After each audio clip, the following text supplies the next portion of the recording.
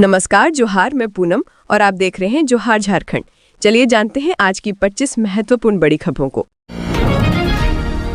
शिक्षक बनने का इंतजार खत्म होने की उम्मीद। जेटेट 2025 का ड्राफ्ट तैयार। झारखंड में शिक्षक बनने की तैयारी कर रहे अभ्यर्थियों के लिए राहत भरी खबर है।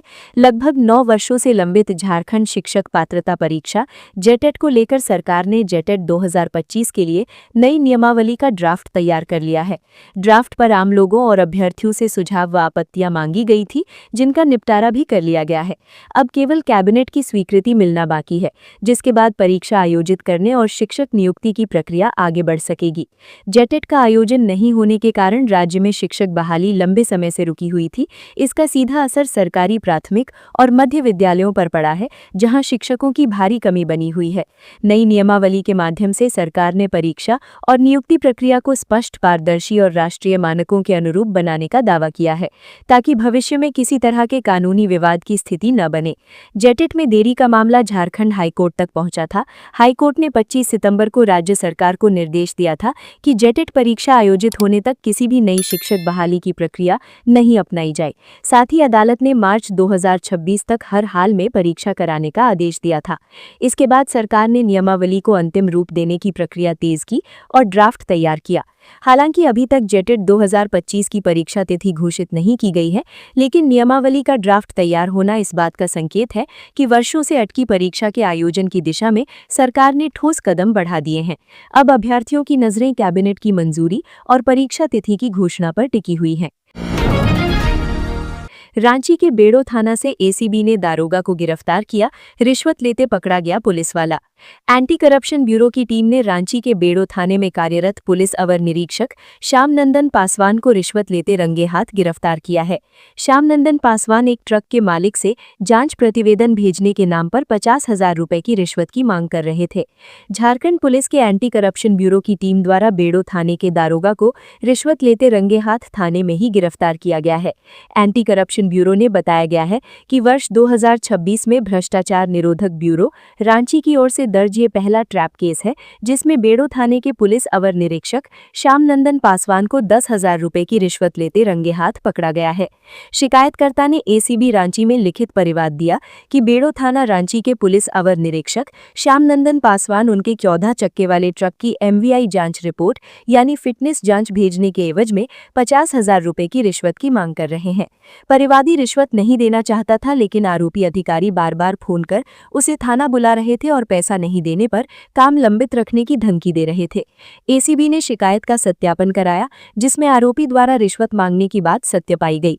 इसके बाद भ्रष्टाचार निरोधक ब्यूरो रांची थाना में कांड संख्या 2/2026 दिनांक 7 जनवरी 2026 धारा 7A भ्रष्टाचार निवारण संशोधित अधिनियम 2018 के तहत प्राथमिकी दर्ज की गई। एसीबी की टीम ने 9 जनवरी 2026 को योजना बनाकर बेड़ो थाने के पुलिस अवर निरीक्षक श्याम नंदन पासवान के खिलाफ ट्रैप बिछाया। तय योजना के तहत परिवादी ने 10,000 रुपए की रकम आरोपी को दी, जिसे लेते ही एसीबी की टीम ने श्याम नंदन पासवान को बेड़ो थाना परिसर से रंगे हाथ गिरफ्तार कर लिया। आरोपी पुलिस अवर निरीक्षक के खिलाफ भ्रष्टाचार निवारण संशोधित अधिनियम 2018 की धारा 7A के तहत मामले की विधिवत जांच शुरू कर दी गई है। एसीबी का कहना है कि प्रारंभिक कार्यवाही के बाद आवश्यक कानूनी प्रक्रियाएं पूरी की जा रही हैं और आगे की कार्यवाही कानून के अनुरूप की जाएगी। झारखंड में जेल वार्डर के 1733 पदों पर भर्ती। शुक्रवार से आवेदन प्रक्रिया शुरू।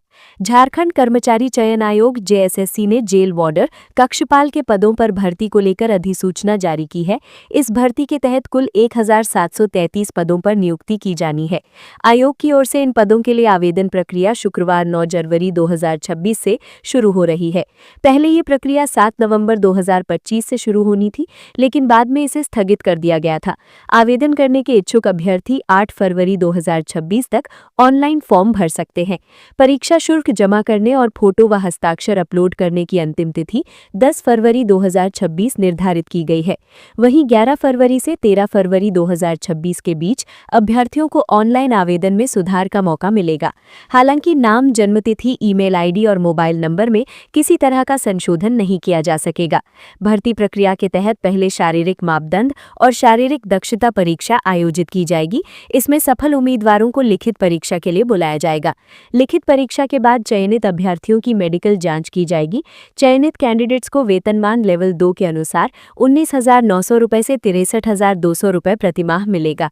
आवेदन शुल्क की बात करें तो झारखंड राज्य के अनुसूचित जाति और अनुसूचित जनजाति वर्ग के उम्मीदवारों के लिए शुल्क 50 रुपये रखा गया है, जबकि अन्य सभी वर्गों के लिए 100 रुपये आवेदन शुल्क निर्धारित किया गया है।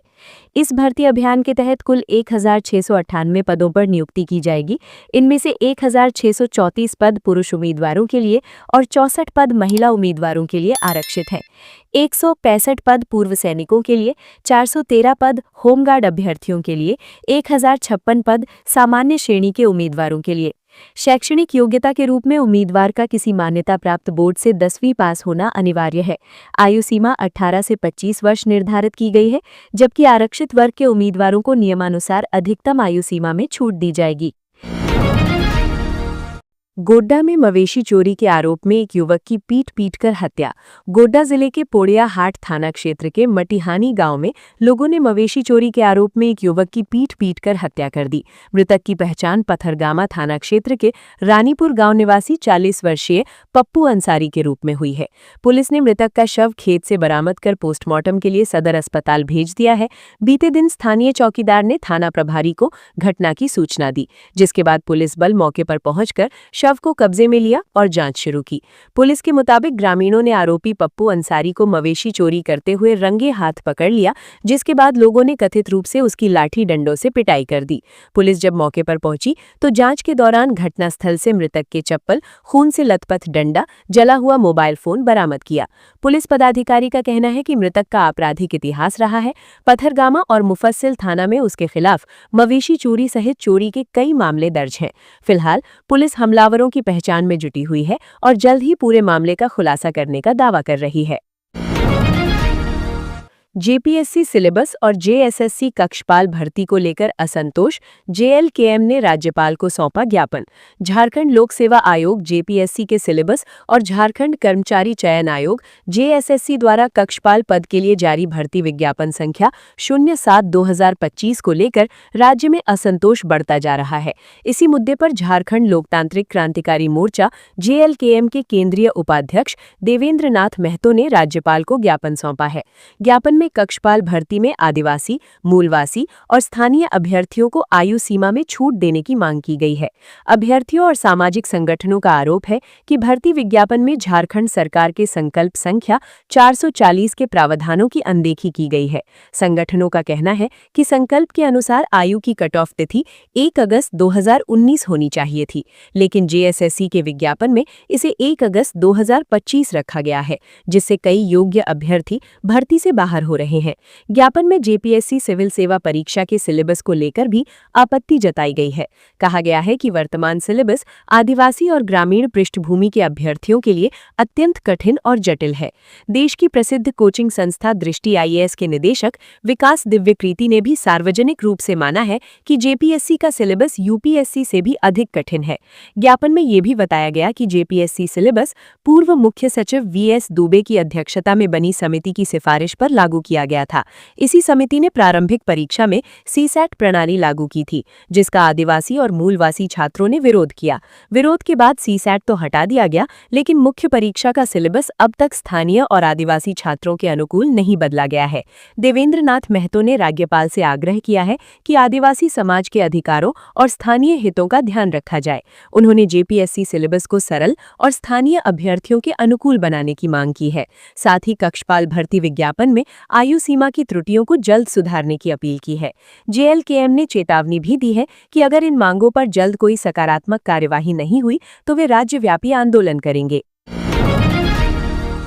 रांची में लापता हुए भाई बहन की तलाश में 3 एसपी के नेतृत्व में मौसीबाड़ी बस्ती में छापेमारी।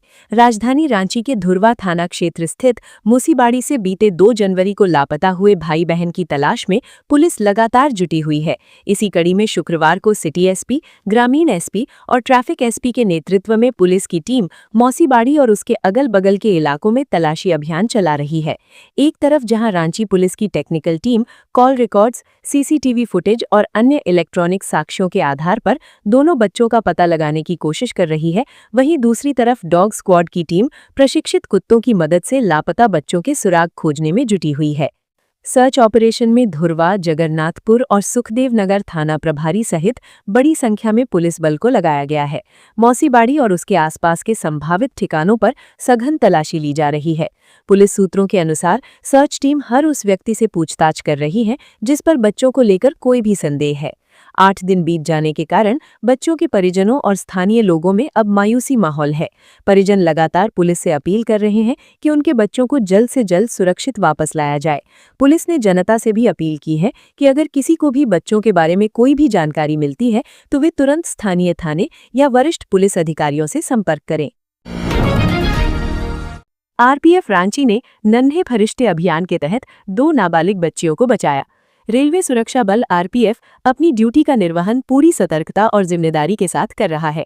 इसी क्रम में आरपीएफ कमांडेंट पवन कुमार के विशेष निर्देश पर 8 जनवरी को एक महत्वपूर्ण कार्रवाई की गई। नन्हे फरिश्ते अभियान के तहत आरपीएफ पोस्ट रांची की मानव तस्करी विरोधी इकाई टीम ने दीनदयाल उपाध्याय नगर टीम और अपराध आसूचना शाखा रांची के साथ मिलकर रांची रेलवे स्टेशन पर संयुक्त रूप से गहन जांच अभियान चलाया। शाम में जांच के दौरान प्लेटफॉर्म नंबर 2 पर 2 लड़कियां संदिग्ध अवस्था में अकेली बैठी हुई मिली।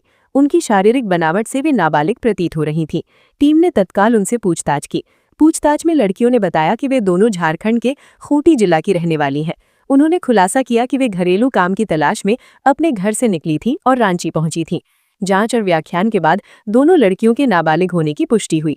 उनकी सुरक्षा और कल्याण को सर्वोच्च प्राथमिकता देते हुए आरपीएफ टीम ने सभी आवश्यक कानूनी और प्रशासनिक औपचारिकताएं पूरी की। इसके बाद दोनों नाबालिग बच्चियों को चाइल्ड लाइन रांची के सदस्यों के सुपुर्द कर दिया गया। झारखंड के खूंटी में बर्फ जमाने वाली सर्दी, पारा 1.5 डिग्री पर पहुंचा। डाल्टनगंज, हजारीबाग और सिमडेगा में पारा लुढ़का। पश्चिमी विक्षोभ और उत्तर पश्चिमी हवाओं की वजह से झारखंड में जबरदस्त ठंड पड़ रही है। खूंटी का हाल बेहाल है। यहां बर्फ जमाने वाली सर्दी पड़ रही है। खूंटी का पारा 1.5 डिग्री पर पहुंच गया है। पारा के 0 डिग्री पर पहुंचते ही पानी का बर्फ में तब्दील होना शुरू हो जाएगा। पिछले दिनों खूंटी का पारा जब 2.5 डिग्री पर पहुंचा था तो मुरहू इलाके में ओस की बूंदें बर्फ में तब्दील हो गई थीं। राहत की बात है कि दिन का तापमान 24 डिग्री के करीब है। अच्छी धूप निकलने से दिन में लोगों को काफी राहत है। मौसम केंद्र के मुताबिक 9 जनवरी को राज्य के 13 जिलों में शीतल लहर देखने को मिली है। इनमें गढ़वा, पलामू, लातेहार, लोहरदगा, गुमला, सिमडेगा, पश्चिमी सिंहभूम, खूंटी, रांची, रामगढ़, बोकारो, हजारीबाग और चतरा जिला शामिल है। मौसम केंद्र रांची के मुताबिक राज्य में कहीं कहीं सुबह के वक्त हल्के से मध्यम दर्जे का कोहरा बनने की संभावना है। राहत की बात है कि 10 जनवरी से न्यूनतम तापमान में बढ़ोतरी की संभावना है। लिहाजा कल से न्यूनतम पारे में सुधार से ठंड से थोड़ी राहत मिलने की संभावना है। एसीबी की बड़ी कार्रवाई, भू अर्जन और रिंग रोड घोटाला मामले में 17 लोग हिरासत में। एसीबी ने भू अर्जन और रिंग रोड घोटाला मामले में बड़ी कार्रवाई की है। एसीबी की टीमों ने धनबाद समेत अन्य जिलों में एक साथ छापेमारी की है।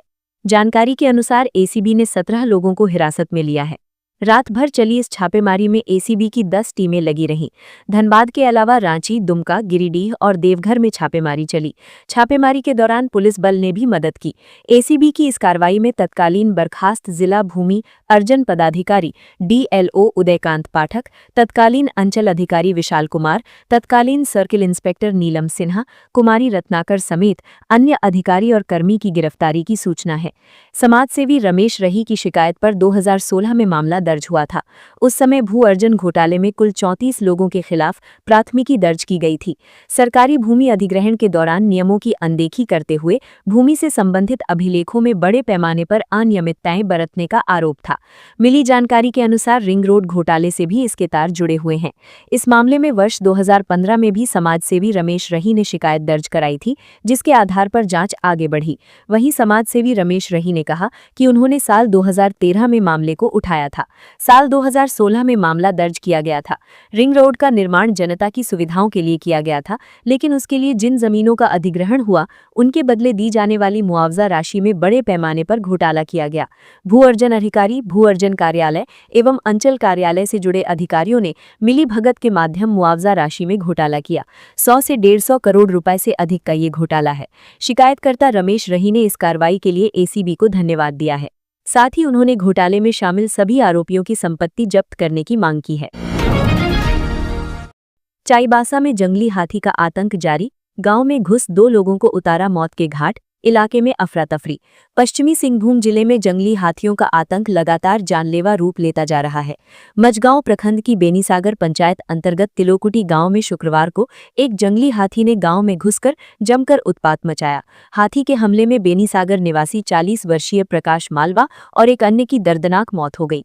बीते 9 दिनों के भीतर जिले में हाथी के हमले से मरने वालों की संख्या बढ़कर 21 हो गई है, जिससे प्रशासन और वन विभाग की कार्यप्रणाली पर गंभीर सवाल खड़े हो गए हैं। प्रत्यक्षदर्शियों के अनुसार जंगली हाथी जंगल से निकलकर सीधे रिहायशी इलाके में घुस आया और सामने आए 2 लोगों पर अचानक हमला कर दिया। एक व्यक्ति को हाथी ने मौके पर ही कुचल दिया, वहीं दूसरा व्यक्ति हाथी के दांत में फंस गया। उसे अपनी सूंड में पकड़कर पेड़ पर दे मारा, जिससे उसकी भी मौत हो गई। गांव वालों के मुताबिक हाथी बहुत गुस्से में था। वह अपने दांतों में फंसे युवक को पटक रहा था और लगातार चिहाड़ रहा था। इस भयावह दृश्य को देखकर पूरे गांव में अफरा तफरी मच गई और लोग जान बचाकर घरों में दुबक गए।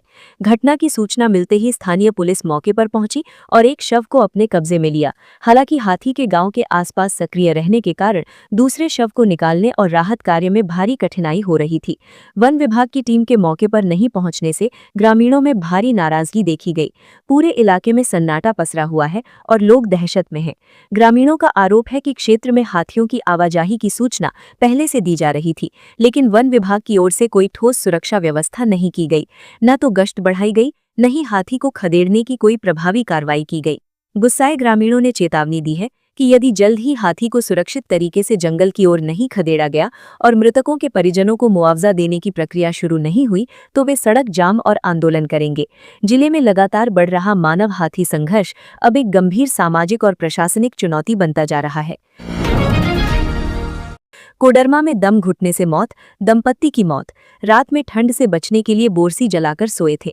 कोडरमा थाना क्षेत्र के पूर्णा नगर में गुरुवार रात बोरसी के धुएं के कारण दम घुटने से एक दंपत्ति की मौत हो गई है।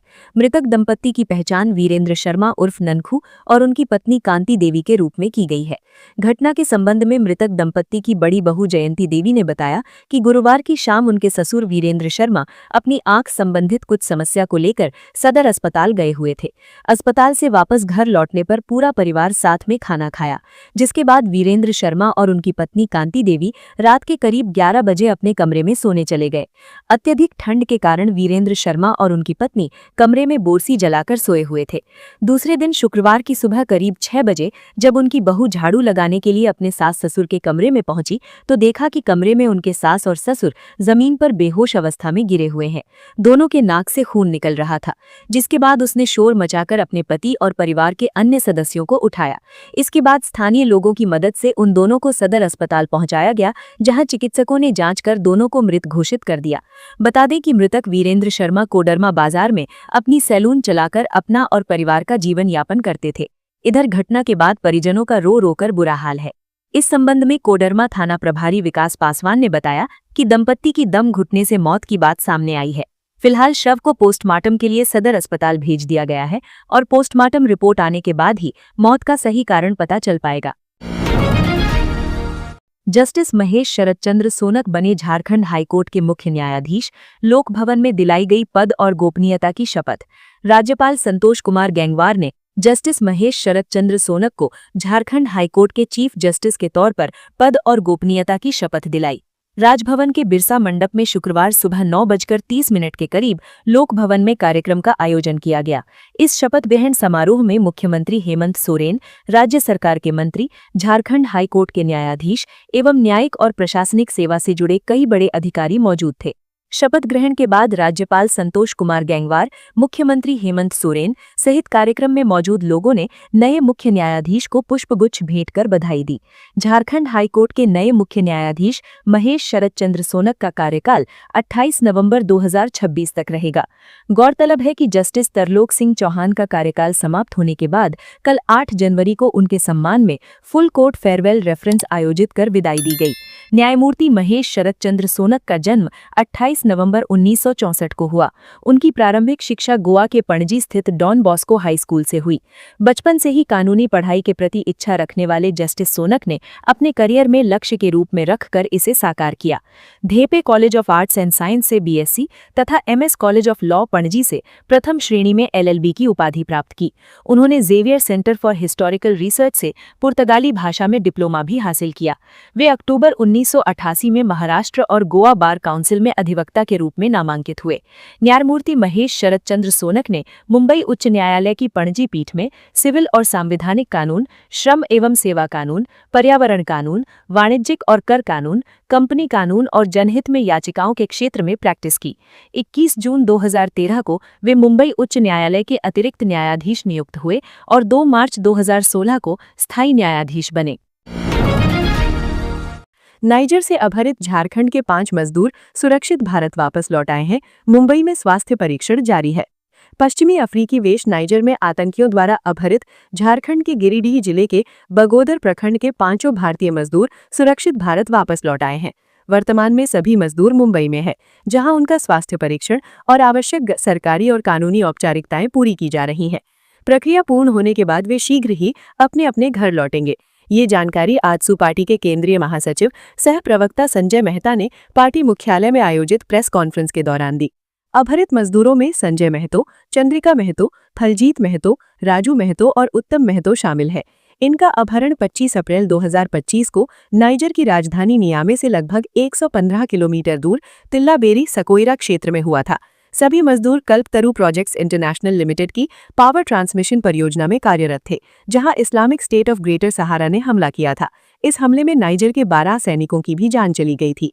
घटना की जानकारी मिलते ही हजारीबाग लोकसभा के पूर्व प्रत्याशी एवं आजसू के वरिष्ठ नेता संजय मेहता ने पूरे मामले की विस्तृत जानकारी विदेश मंत्रालय को लिखित रूप में उपलब्ध कराई। उन्होंने 30 अप्रैल, 2 मई, 4 मई, 22 मई और 23 मई 2025 को लगातार पत्र लिखकर मामले को सर्वोच्च प्राथमिकता देने का आग्रह किया। इसके साथ ही उन्होंने पीड़ित परिवारों से मुलाकात कर उन्हें आर्थिक सहायता दी और पूरे संकट काल में परिवारों को धैर्य और भरोसा बनाए रखने का संबल दिया। लातेहार में दिन दहाड़े 2 अपराधियों ने लूटी महिला की सोने की चेन, पाउडर बेचने के बहाने घर में हुए थे दाखिल। लातेहार जिले के बालूमाथ में 2 अपराधी दिन दहाड़े एक महिला के घर में घुसकर सोने की चेन लूटकर फरार हो गए हैं। चेन की कीमत करीब 2 लाख रुपए बताई जा रही है। दोनों चोर पाउडर बेचने के बहाने महिला के घर में घुसे थे। महिला को अकेली पाकर अपराधियों ने गले में पहनी सोने की चेन लूट ली और मौके से फरार हो गए। पूरी घटना सीसीटीवी कैमरे में कैद हो गई है, जिसके आधार पर पुलिस पूरे मामले की छानबीन कर रही है। दरअसल बालूमाथ ब्लॉक कॉलोनी निवासी गीता देवी गुरुवार को अपने घर में अकेली थीं। लगभग 3:30 बजे बाइक पर सवार 2 शख्स उनके घर के पास पहुंचे। इस दौरान उनमें से एक अपराधी ने आवाज देकर महिला को घर से बाहर बुलाया। जब पीड़िता गीता देवी घर से बाहर आई तो उनमें से एक शख्स ने कहा कि वो पाउडर बेचने वाला है। अपराधी ने पाउडर की खूबी बताई कि इससे सभी प्रकार के बर्तन, जेवर भी साफ हो जाते हैं। इस पर गीता देवी ने कहा कि घर में कोई नहीं है और उन्हें पाउडर भी नहीं लेना है, जिसके बाद अपराधी महिला से पानी मांगता है। इसी दौरान वो अचानक झपट्टा मारकर महिला की गले की चेन लूटकर फरार हो जाता है। अपराधियों द्वारा लूट की घटना सीसीटीवी कैमरे में कैद हो गई। सीसीटीवी फुटेज में साफ दिख रहा है कि पहले एक अपराधी मोटरसाइकिल के पास धीरे धीरे आता है और अपना मोटरसाइकिल स्टार्ट करता है। पीछे से दूसरा अपराधी दौड़ता हुआ मोटरसाइकिल के पास आकर पीछे बैठ जाता है और उसके बाद फरार हो जाता है। सीसीटीवी फुटेज में दोनों अपराधियों के चेहरे दिख रहे हैं। घटना की जानकारी मिलने के बाद पुलिस की टीम घटनास्थल पर पहुंची और मामले की छानबीन की। गढ़वा में 9,003 क्विंटल का अनाज घोटाला, उच्च स्तरीय जांच के आदेश। गढ़वा जिले में राज्य खाद्य निगम एसएफसी के केतार प्रखंड स्थित गोदाम से हजारों क्विंटल अनाज गायब होने का मामला अब एक बड़े घोटाले के रूप में सामने आ रहा है। केतार गोदाम से करीब 9,003 क्विंटल सीएमआर यानी कस्टम मिल्ड राइस गायब पाया गया है, जिसकी अनुमानित बाजार कीमत लगभग 3 करोड़ रुपए आंकी जा रही है। मामले को लेकर खाद्य सार्वजनिक वितरण एवं उपभोक्ता मामले के विभाग के सचिव उमाशंकर सिंह ने कड़ा रुख अपनाते हुए गहन, निष्पक्ष और विस्तृत जांच के निर्देश जारी किए हैं। सचिव ने डीओ पत्र जारी कर कहा कि ये मामला अत्यंत गंभीर है और अब तक की गई जांच संतोषजनक नहीं पाई गई है। करीब 3 करोड़ रुपए के सरकारी अनाज के गायब होने का ये मामला न केवल प्रशासनिक व्यवस्था पर सवाल खड़े करता है, बल्कि सार्वजनिक वितरण प्रणाली की विश्वसनीयता पर भी गंभीर असर डालता है। पत्र में उल्लेख है कि विभाग ने पहले भी 13 अक्टूबर 2025 को इस मामले की जांच कर रिपोर्ट उपलब्ध कराने का निर्देश दिया था। इसके बावजूद निर्धारित समय सीमा में जांच रिपोर्ट नहीं सौंपी गई। बाद में 31 अक्टूबर 2025 को दोबारा रिमाइंडर पत्र भेजा गया, लेकिन इसके बावजूद पूरी जांच रिपोर्ट विभाग को उपलब्ध नहीं कराई गई। मामले की गंभीरता को देखते हुए झारखंड हाईकोर्ट ने भी इस पर स्वतः संज्ञान लेते हुए सुनवाई की थी। कोर्ट में पेश रिपोर्ट से ये संकेत मिला कि बिना गहन जांच किए बिना केवल संबंधित पदाधिकारियों, कर्मचारियों और मिलरों से प्राप्त स्पष्टीकरण के आधार पर ही रिपोर्ट तैयार कर दी गई, जो कि नियमों और प्रक्रिया के विपरीत है। सचिव ने स्पष्ट निर्देश दिया है कि इस मामले की जांच किसी गैर विभागीय और स्वतंत्र पदाधिकारी से कराई जाए ताकि जांच निष्पक्ष और पारदर्शी हो सके। साथ ही ये भी कहा गया है कि सभी आवश्यक पहलुओं की जांच कर 1 सप्ताह के भीतर विस्तृत जांच रिपोर्ट विभाग को उपलब्ध कराया जाए। रांची में अवैध खनन को लेकर दायर पीआईएल पर हाईकोर्ट में हुई सुनवाई। धनबाद के कुम्हार टोली के राम कनाली इलाके में 5 सितंबर 2025 और बाघमारा के केसरगढ़ में 22 जुलाई 2025 को अवैध खनन के दौरान मजदूरों की मौत की घटना की सीबीआई जांच और खनन से प्रभावित लोगों के पुनर्वास की मांग को लेकर दायर जनहित याचिका पर हाईकोर्ट में सुनवाई हुई। सुनवाई के दौरान हाईकोर्ट ने सीबीआई को नोटिस जारी कर जवाब दाखिल करने का निर्देश दिया गया है। इसके साथ ही कोर्ट ने राज्य सरकार को भी जवाब दाखिल करने का निर्देश दिया है। अब इस मामले में अगली सुनवाई 9 फरवरी को होगी। प्रार्थी की ओर से अधिवक्ता निखिल रंजन ने बहस की। इस संबंध में संदीप पांडे ने जनहित याचिका दायर की है। हाईकोर्ट के चीफ जस्टिस और जस्टिस सुजीत नारायण प्रसाद की बेंच में सुनवाई हुई। झारखंड पुलिस में 17 करोड़ 18 लाख रुपए से होंगे निर्माण कार्य, गृह विभाग ने दी स्वीकृति। झारखंड पुलिस के बुनियादी ढांचे को सुदृढ़ करने की दिशा में राज्य सरकार ने अहम पहल की है। गृह विभाग ने झारखंड पुलिस में 17 करोड़ 18 लाख रुपए की अनुमानित लागत से विभिन्न निर्माण कार्यों को प्रशासनिक स्वीकृति प्रदान कर दी है। इस संबंध में गृह सचिव ने स्वीकृति प्रक्रिया को आगे बढ़ाने के लिए प्रधान महालेखाकार को पत्र भेजा है। राज्य के 5 प्रमुख जिलों बोकारो, धनबाद, पलामू, चाईबासा और लातेहार को इन निर्माण कार्यों का लाभ मिलेगा। परियोजनाओं के पूरा होने से पुलिस बल की कार्यक्षमता, आवासीय सुविधाओं और आधुनिक पुलिसिंग क्षमताओं में उल्लेखनीय सुधार होने की उम्मीद है। महिला हीरो हॉकी इंडिया लीग 2025-26 का फाइनल रांची में 10 को। करीब 2 हफ्तों तक चले रोमांचक मुकाबलों के बाद महिला हीरो हॉकी इंडिया लीग 2025-26 अपने अंतिम पड़ाव पर पहुंच गई है। शनिवार 10 जनवरी रांची के मरांग गोम के Jaipal Singh astroturf hockey stadium में एसजी पाइपर्स और सरांची बंगाल टाइगर्स के बीच फाइनल मुकाबला खेला जाएगा। शाम 7 बजे से मैच शुरू होगा। इस टूर्नामेंट में अब तक 12 मैच खेले गए, जिनमें कुल 37 गोल हुए।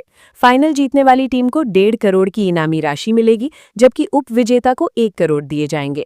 एसजी पाइपर्स ने लीग चरण में शानदार प्रदर्शन करते हुए तालिका में पहला स्थान हासिल किया और 11 अंक जुटाए। वहीं सरांची बंगाल टाइगर्स ने 10 अंकों के साथ दूसरा स्थान पाया। लीग चरण में दोनों टीमों के बीच 2 मुकाबले हुए थे। दोनों ही मैच ड्रॉ रहे, लेकिन शूटआउट में सरांची बंगाल टाइगर्स ने दोनों बार जीत दर्ज की। नक्सलियों के खिलाफ लड़ाई लड़ने वाले 6 जवान बने अधिकारी।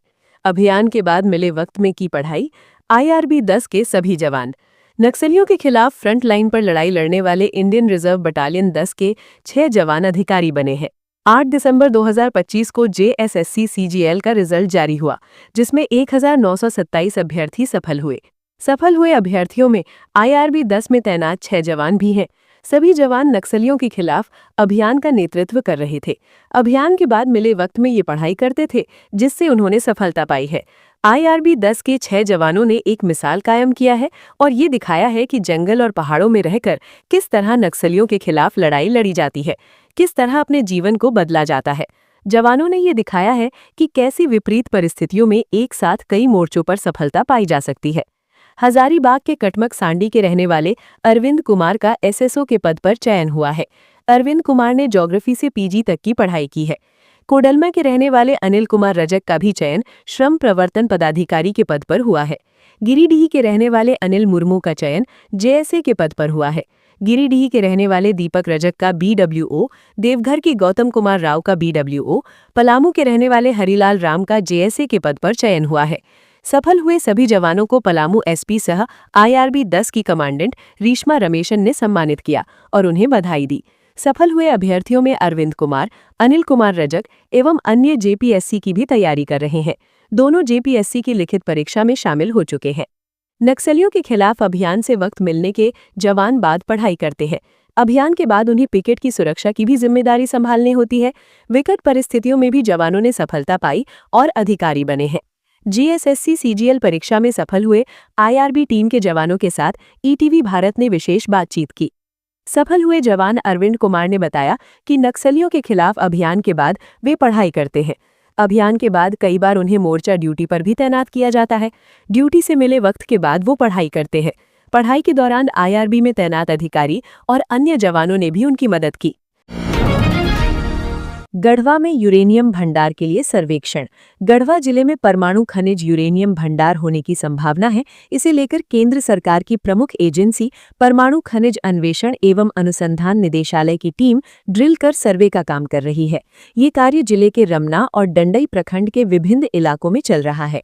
इलाके में यूरेनियम मिलने से विकास तीव्र गति से हो सकता है। रमना प्रखंड के चुंदी, भागोड़ी, जिरुआ और डंडई प्रखंड के करके इलाके में यूरेनियम की मौजूदगी का पता लगाने के लिए G4 से G2 चरण तक का कार्य जारी है। प्रारंभिक खोज में ड्रिलिंग कर यूरेनियम की मौजूदगी की पुष्टि की जाती है। G2 चरण में अधिक गहन ड्रिलिंग के जरिए खनिज भंडार के आकार और ग्रेड का प्रारंभिक अनुमान लगाया जाता है। यदि इस चरण में परिणाम बेहतर आता है तो अन्य व्यावहारिक रिपोर्ट तैयार की जाएगी, जिसे एएमडी राज्य सरकार को सौंपेगा। इसके बाद खनन पट्टे के लिए कानूनी प्रक्रिया शुरू की जा सकती है। ये खोज एएमडी की 5 वर्षीय कार्य योजना 2024 से 29 के तहत किया जा रहा है। योजना का उद्देश्य इन क्षेत्रों में यूरेनियम के संभावित भंडारों की पहचान करना और उनकी मात्रा और गुणवत्ता का वैज्ञानिक मूल्यांकन करना है। ये कार्य पूरी तरह तकनीकी मानकों और सुरक्षा नियमों के तहत संचालित किया जा रहा है। फिलहाल गढ़वा जिले में यूरेनियम खदान की कोई आधिकारिक घोषणा नहीं हुई है, लेकिन भविष्य की बड़ी परियोजनाओं की ओर संकेत करता है। वर्तमान में झारखंड में यूरेनियम खनन मुख्य रूप से पूर्वी सिंहभूम जिले के जादूगोड़ा, नड़वा पहाड़ और बादूहुरांग क्षेत्रों में केंद्रित है। यदि गढ़वा में खोज सफल रहता है तो इससे राज्य और देश आत्मनिर्भर की दिशा में मील का पत्थर साबित होगा और देश के बढ़ते परमाणु ऊर्जा कार्यक्रम के लिए स्वदेशी यूरेनियम सप्लाई को मजबूती मिलेगी। तो ये थी आज की झारखंड की महत्वपूर्ण बड़ी खबरें। अगर आप इसी तरह झारखंड के हर छोटी से बड़ी खबर की जानकारी पाना चाहते हैं तो आप हमारे चैनल को सब्सक्राइब करके रखें। तो हमें दीजिए इजाजत, फिर मिलते हैं अगली न्यूज़ में। धन्यवाद।